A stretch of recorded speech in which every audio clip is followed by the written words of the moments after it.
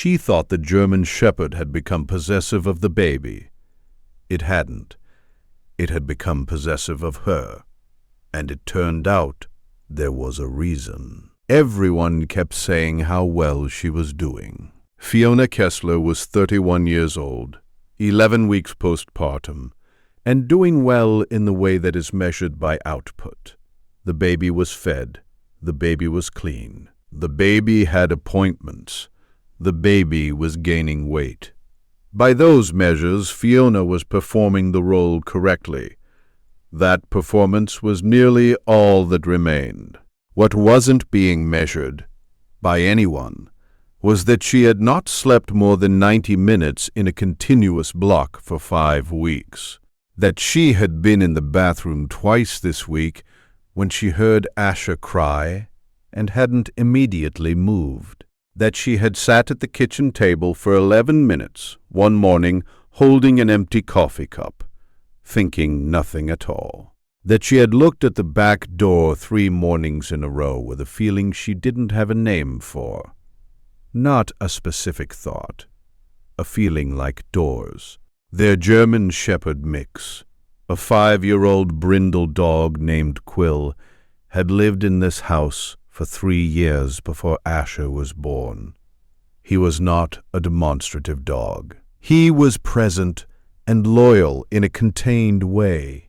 He knew whose house this was and oriented toward the people in it without drama. 6 weeks after Asher came home, Quill changed. He began following Fiona, not in the normal dog way that dogs follow people through a house, with a specific, close, almost tactile proximity, within touching distance at all times when she was standing, lying against her leg when she sat, positioning himself outside the bathroom door when she was inside. He began waking before she did in the night, and being already there when she reached for Asher. She told Cormac, her husband, "Quill's being strange." Cormac said, "How?" She said, "He won't leave me." Cormac watched for a day. He said, "He's done that before. When you're sick." She said, "I'm not sick." She was not sick. She was also not okay. The difference between those two things was something Cormac didn't have the specific vocabulary to cross yet. He loved her. He was trying. He was also working full-time and waking for the late feeding and managing an equation with too many variables. What Fiona's internal state looked like from the outside looked like someone doing very well. What it felt like from the inside was something she could not explain without using words she was not ready to use. Subscribe now, because what happened on a Wednesday afternoon at 11 weeks postpartum is the thing Fiona says saved her from a decision she had been moving toward without knowing she was moving.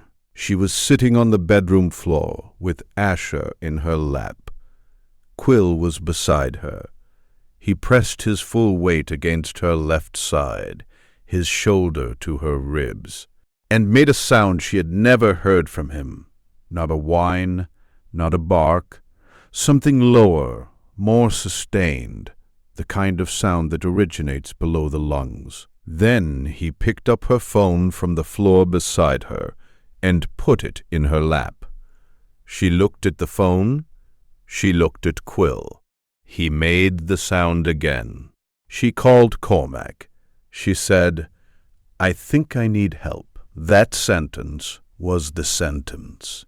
It was the sentence she had been 5 weeks away from saying, and one afternoon away from not saying at all. Cormac came home. They called her OB that afternoon.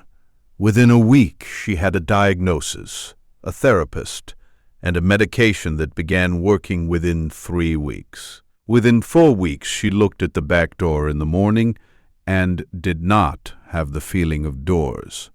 Dr. Amira Farouk, the therapist she was assigned to, has a clinical framework for postpartum depression and what its internal experience produces in terms of scent. She explained it to Fiona during their second session. Severe postpartum depression is associated with measurable changes in cortisol and hormonal stress marker profiles.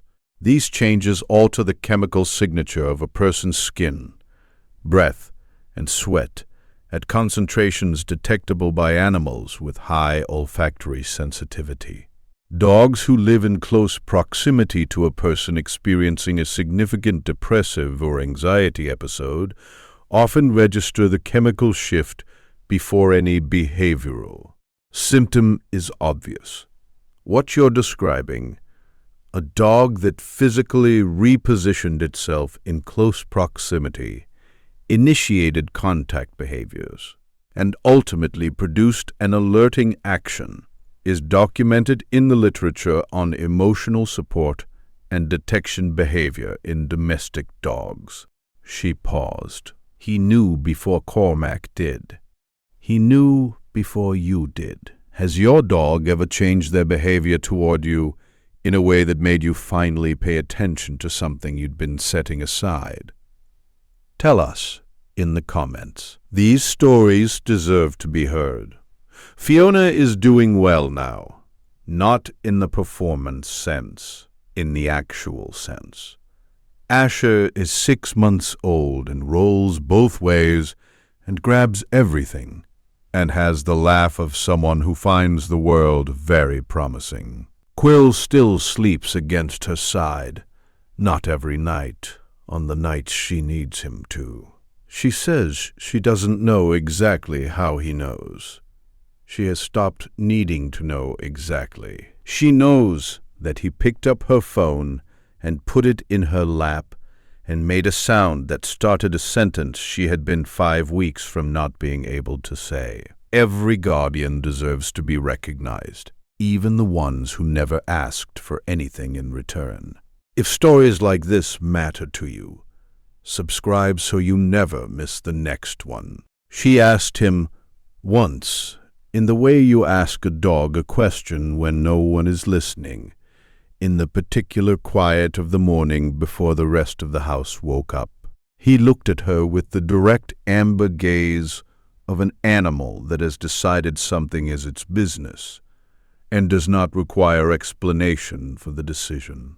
She said, "Thank you."